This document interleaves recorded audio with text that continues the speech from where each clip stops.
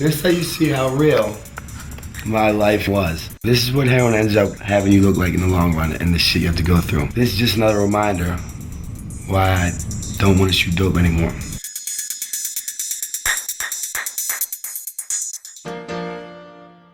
What's that, a school picture? Yeah, with his American flag. You know, he's a cute kid with a normal childhood. You can see that. Skateboarding, I lived it, I slept it, I breathed it, I dreamed it. From the day that I got my first skateboard to the day I put the first needle in my arm. When he was like 10 years old, he was at Tony Hawk's house in California for the summer. Multiple times he'd go there. Brandon Novak, he had made it to the sort of the top of his game.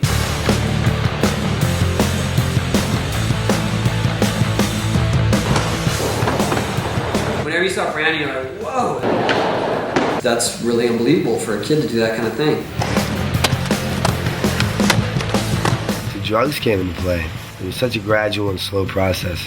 I found bongs and the roach clips, the little pink bags and the pills. I definitely knew that he was having problems. He got into the really heavy stuff. And my life was slowly going downhill.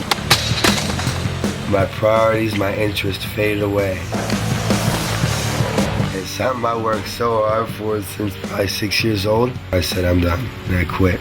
It was just so easy just to get high. I quit caring, I quit having hope in anything. That was really the saddest part about Brandon's life. Had he maintained his skating, he could have really made a career out of it.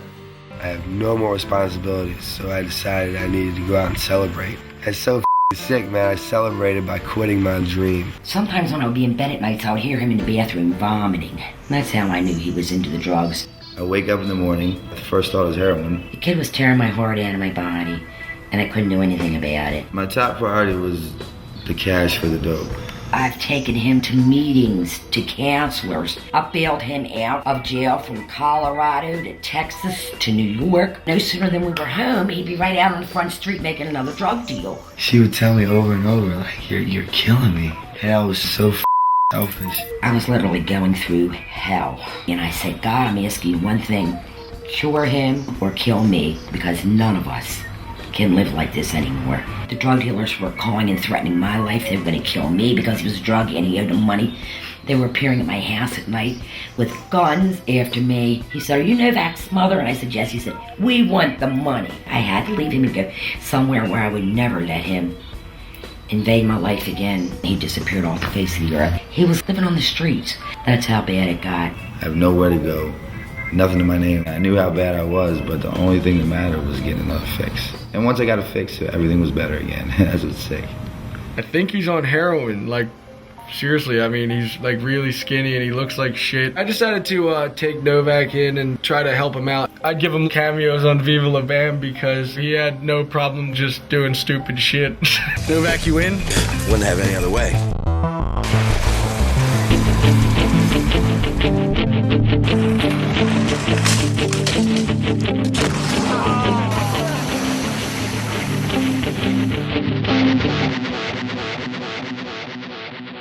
I've been shooting heroin to forget about all my problems. So not only am I overcoming the biggest fight of it all, which is quitting heroin, then I have to deal with all the problems that I've been avoiding and putting off by getting high for 6 years. I felt like I was putting my family in danger and ourselves at risk. How do I know that his drug addict friends aren't going to come here? How do I know that he's not going to pay somebody and they're coming looking for him here? As much as my heart wanted to say that he was doing better, I knew he wasn't. He's sitting there lying straight to my goddamn face, like I'm this idiot. What kind of drugs you got on you now? Nothing. Nothing at all. I hate to be negative because I'd like to believe him because he's my friend and I want to believe him. I don't want to have to back you down, Brandon. It seriously stressed me out, and just thinking about it stressing me out right now because it's upsetting because he's a awesome dude. The first time I met Novak was when we were filming the second Jackass movie. Give me a 10! Oh my God! He was nuts right away. You can say that about Brandon Novak. He makes an impression on you. Yo, Novak. Oh my God! He was a up, crazy drug addict who did gnarly stunts. I mean, he fit right in.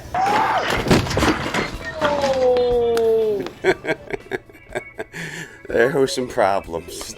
It didn't take long to figure out that Brandon had a problem with drugs and alcohol. He was just always doing drugs, looking for drugs, and then more drugs after that. Brandon had this book called Dream Seller, and it was an addiction memoir. I had to put it down. It was so frustrating for me. Because here's this book about a guy who knows so much about addiction, and he's just unwilling to do anything about it. My days are kind of somewhat numbered, man. I have hepatitis C, right? And I drink every day like it's going out of style. And it's not fair, man. Not fair to my mother. I just did a year in prison. Where's the dog? Stay the off drugs, kids, man, because I up so bad. I'm just so sick of lying, and I'm so sick of trying to figure out who I can tell the truth to and who I can't. This drug called heroin. Now ask yourself, is it fun? Or does it look real pleasurable and pretty?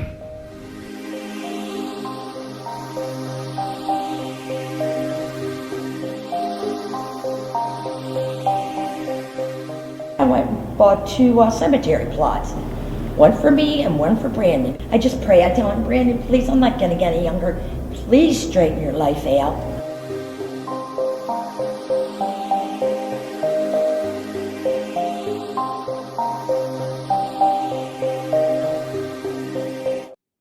You know, I remember sitting where you're sitting. I remember thinking how you're thinking. And I remember feeling what you're feeling. I remember one morning, over the PA, they announced that we were all to go to the auditorium. And as we all walked down there wondering what the presentation was going to be, excited to get out of class for an hour, I sat down with my buddies in the back. And with that, the curtain opened, the stage lit up, and this gentleman walked out, and then he started to share with us his cautionary tale of addiction and redemption. And I remember sitting where you're sitting as this gentleman told his story. And I was thinking to myself, how does that happen? Who lets that happen to them? That could never happen to me. I'll never become him. I have goals, I have dreams, I have aspirations. You know, some of our buddies would laugh at some of the things he said. Some of us would feel sad for the things that he said. And I completely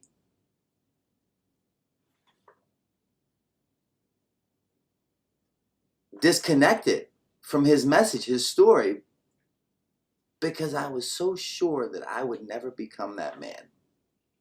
I have goals, I have dreams, I have aspirations. I come from better, I know better, I was raised better.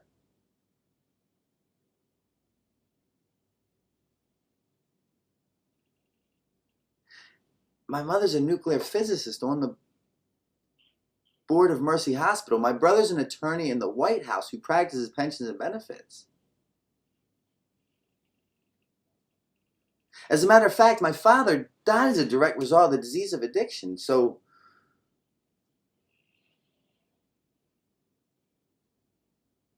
I live with that after school special. I live with that cautionary tale. And as a matter of fact, I'm going to excel in everything that I do to prove a point why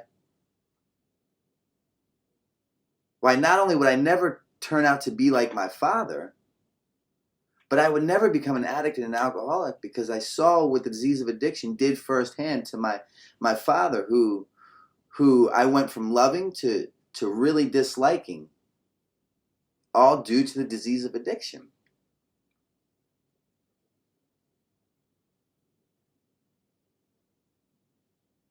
But unfortunately, or fortunately, depending upon your perception, the gentleman that sits here today sharing with you my cautionary tale of addiction and redemption, who's just celebrated over 5 years of continuous sobriety, what I've learned is that the disease of addiction does not discriminate.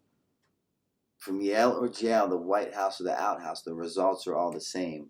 Today in the nation, 174 people will die as a direct result of an opioid overdose.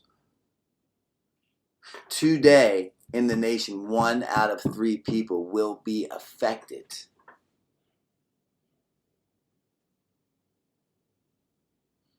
And again, I remember sitting where you're sitting, and if someone were to give me those stats at the ripe young age of you lovely ladies and gentlemen, I'd say, wow, that's horrible. That's terrible. But again, that won't be me, right? Maybe like my neighbor or the homeless guy under the bridge downtown, but not me. I have goals. I have dreams. I have aspirations. I'm going to become somebody. There's no doubt in my mind about that. I mean, I lived with that after school special of what an addict becomes.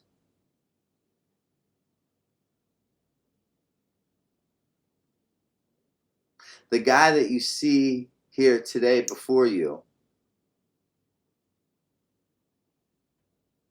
is not the guy who you would have seen if you caught me May 25th, 2015, a little over 5 years ago. What that guy looked like was I had just woken up from being on life support for 7 days. My mother had bought me a plot. People had taken life insurance policies out on me. I had been medevaced to 4 different states from 4 different overdoses.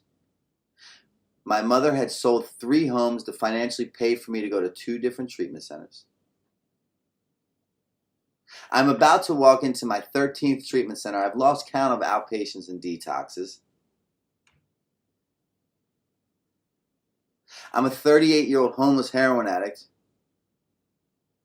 who resides on the corner of Eastern Avenue and Patterson Park, prostituting his body just to secure enough money to buy another bag of heroin.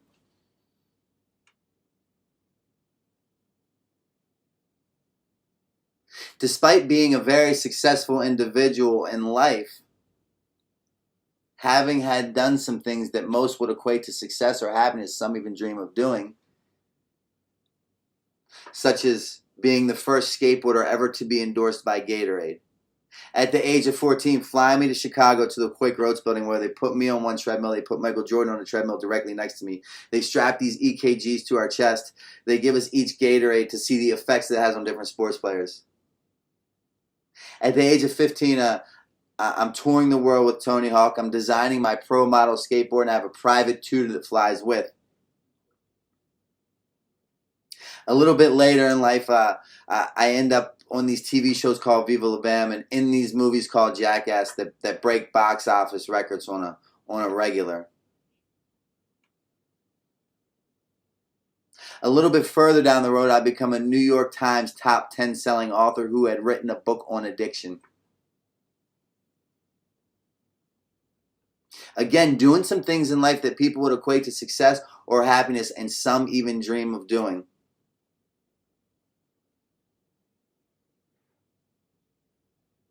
But the sad reality of my life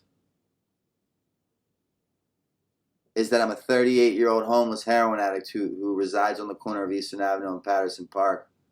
All my worldly belongings, everything that I own in this world, consists of 8 scarves, 2 jackets, 3 socks, 1 stick of deodorant. It fits into a bag that doubles as my pillow, a needle, a spoon, and a restraining order. Just waking up off of life support, about to walk into my 13th inpatient treatment center.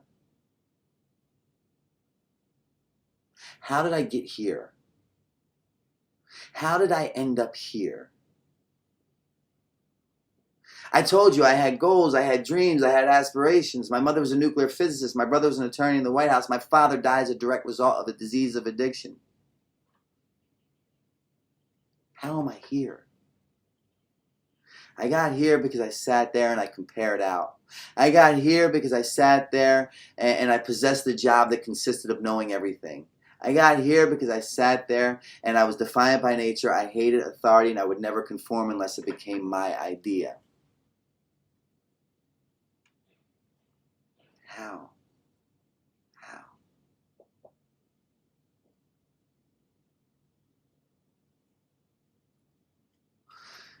Today I come to, I wake up and I'm taking back into yet again another attempt at recovery. I'm a 38-year-old man. I walk through the doors of my 13th inpatient treatment center, not really believing that it would work, but knowing that the pain of addiction far more outweighed the fear of recovery. I had come to the realization that I went from possessing that job for 24 years that consisted of knowing everything, that you know what I do know is that I don't know. And my very best thinking places me in that position time after time. That the common denominator in my problems were me. So for the first time in my life, I turned my pain into purpose. Walked in that facility, realized that my way no longer worked. I'm now open-minded just enough to be willing to stick my hand out, ask for a little bit of help. I successfully complete that 90-day treatment center. What I learned in that 90-day treatment center is that my mentality will create the reality for which I live in. If I change my perception, I can change my world. And that my defects, the very same thing that was killing me one day at a time, could become my assets with the slightest shift of perception that would allow me to sit in this chair talking to you lovely future leaders of America and share my message of promise, hope, and freedom, one that does not consist of a drink or a drug, in a form that I pray to God comes across as relatable. Because remember, I sat where you're sitting and I compared out and I proved a point to what I thought was everyone, that I would never become my father. Again, had did some things in life that people would equate to success or happiness, some even dream of doing. New York Times top 10 selling author. In movies that break out box office records. Touring the world with Tony Hawk. Designing my first pro model skateboard.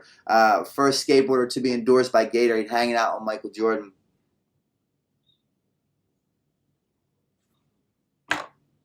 Yet find myself walking into my 13th inpatient treatment center at the ripe young age of 38 after waking up on life support for 7 days. How did I get there? I got here because I sat there with a closed mind and a closed heart. I got here because I sat there and I compared out. I got here because I sat there proving a point why I was not you people, nor will I ever be.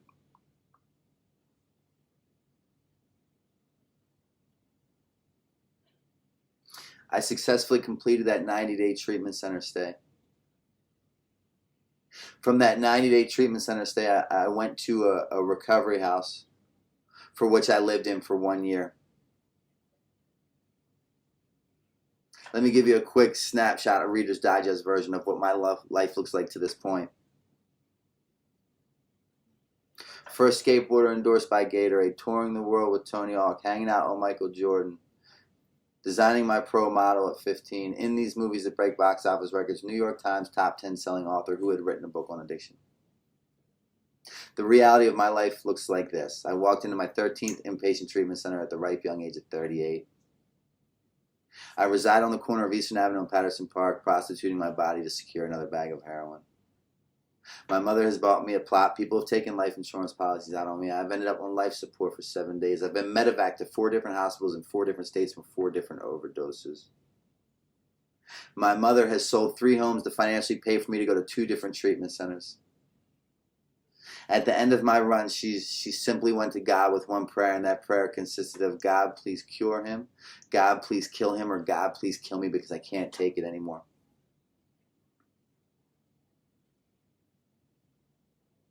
I want to kill myself on a daily basis, but I don't want to hurt myself in the process. I'm horrible at suicide because I keep waking up and I found myself in a position in life where I'm so low the curb looks like a skyscraper. How did I get here? Looking back, it's really easy to see how I got here. I got here because I sat there with a closed mind and a closed heart. I got here because I sat there and I compared out. I got here because I sat there and I possessed that job that consisted of knowing everything.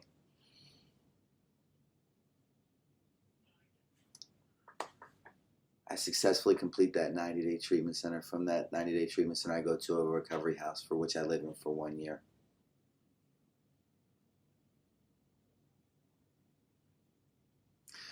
I had been on parole and probation from 16 years old to 38, never a free day in between. It just simply followed me from state to state to state.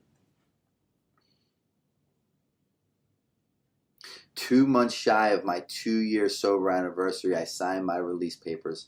I'm literally a free man that can go anywhere with anybody anytime I like.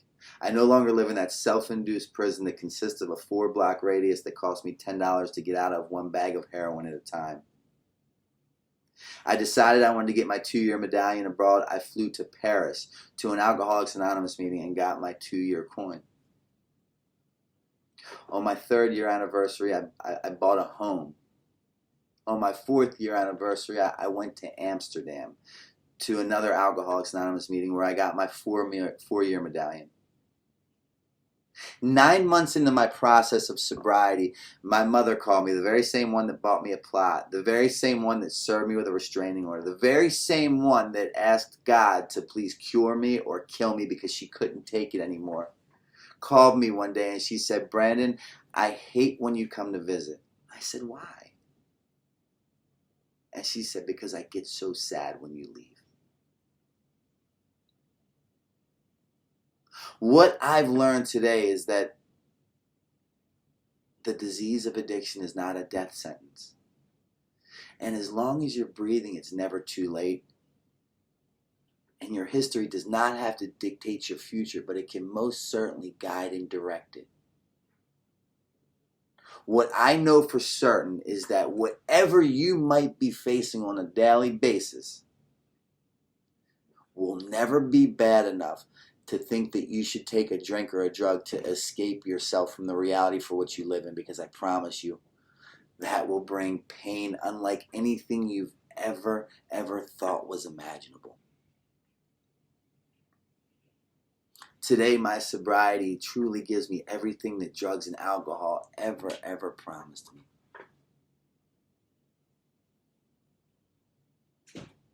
May 25th, 2020. This guy that was deemed unhelpable, this guy that was deemed unfixable, this guy who had walked into his 13th treatment center at the age of 38, who wanted to kill himself on a daily basis but just was terrified of hurting himself in the process. This guy who had lost count of outpatients and detoxes he had entered. This guy whose mother had bought him a plot, whose people had taken life insurance policies out on him. This guy who ended up on life support for 7 days. This guy who had been medevac to 4 different hospitals in 4 different states from 4 different overdoses. This guy whose mother prayed for his death just celebrated 5 years of continuous sobriety.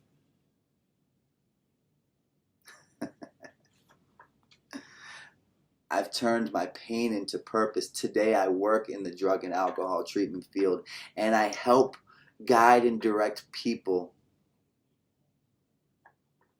into getting help.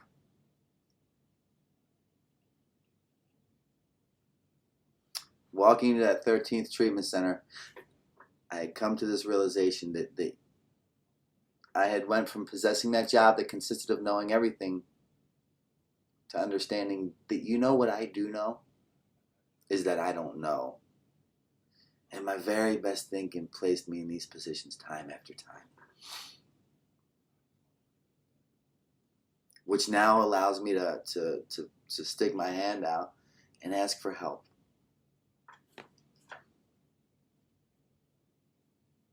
I'm going to close with this story. There's a father that works from home.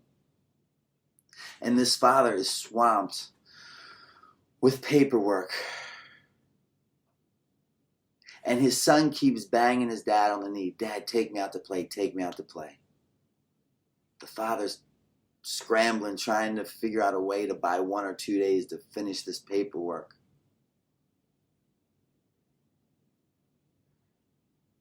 And he looks in his office, and in his office on his desk is a big picture of the puzzle of the world map. And he walks into his office over to his desk. He completely dismantles the picture of the puzzle of the world map, and he throws this puzzle on the floor in hundreds of pieces. And he looks at his son, and he said, son, when you put the picture of the puzzle of the world map back together, I'll take you out to play. The father leaves that office surely thinking he bought 1 or 2 days. 20 minutes later, that son comes back and he bangs the dad on the knee. Dad, I did it. Dad, I did it. Dad's thinking to himself, impossible. He walks back into that office as sure as the day is long, the picture of the puzzle of the world maps put back together. Father, in complete disbelief, he said, son, how'd you do it? Son said, Dad, it was real easy. On the back of the picture of the puzzle of that world map was a picture of a man. I put the man back together. The world fell back in place. Together we stand, divided I die. My name is Brandon Novak. Thank you for giving me your time.